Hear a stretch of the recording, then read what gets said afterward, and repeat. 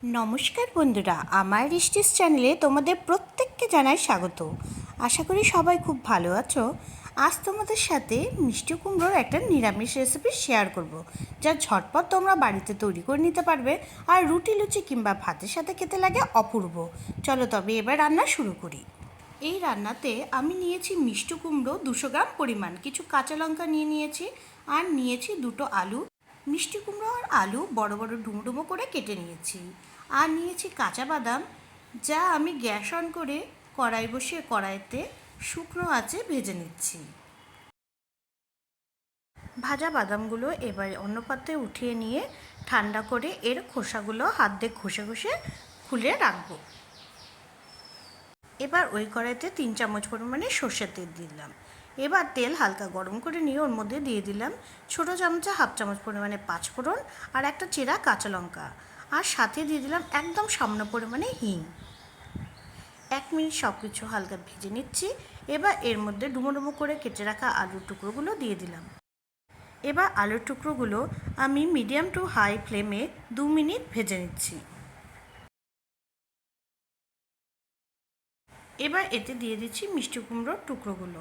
এবার এতে দিয়ে দিচ্ছি নুন স্বাদ অনুযায়ী আর দিচ্ছি হলুদ গুঁড়ো হাফ চামচ পরিমাণে, দিয়ে দিলাম লাল লঙ্কার গুঁড়ো হাফ চামচ পরিমাণে। আর কোনো মশলা এর মধ্যে আমি দিব না। মশলাগুলোর সাথে আলু আর মিষ্টি কুমড়োগুলো 2 থেকে 3 মিনিট মিডিয়াম ফ্লেমে ভেজে নিচ্ছি।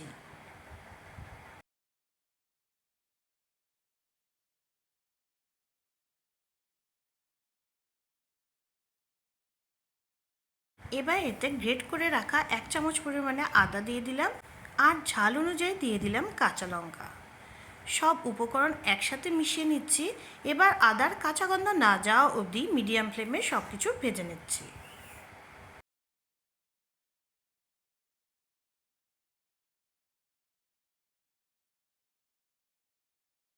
গ্যাসের ফ্লেম একদম কম করে নিয়ে ওর মধ্যে দিয়ে দিলাম 1 কাপ পরিমাণ জল। এবার হালকা নেড়ে চেড়ে নিচ্ছি। এবার এটা ঢেকে 3 থেকে 4 মিনিটের জন্য রান্না হতে দিচ্ছি।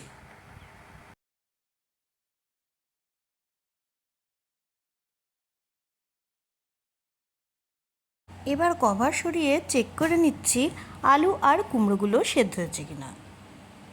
আলু কুমড়োগুলো ভালো মতনই সেদ্ধ হয়ে গেছে। এবার এতে শুকনো ভেজে রাখা বাদামগুলো দিয়ে দিলাম। সব কিছু আরেকবার ভালো মতন মিশিয়ে নিচ্ছি। এবার এতে দিয়ে দিচ্ছি ছোটো চামচে 1 চামচ পরিমাণে চিনি।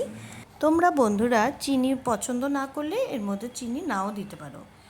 চিনির সাথে সব কিছু ভালো মতন মিশিয়ে নিয়ে এবার এর মধ্যে দিয়ে দিলাম 1 চামচ পরিমাণে ঘি আর হাফ চামচ পরিমাণে গরম মশলার গুঁড়ো। সব উপকরণ আবার ভালো মতন মিশিয়ে নিচ্ছি।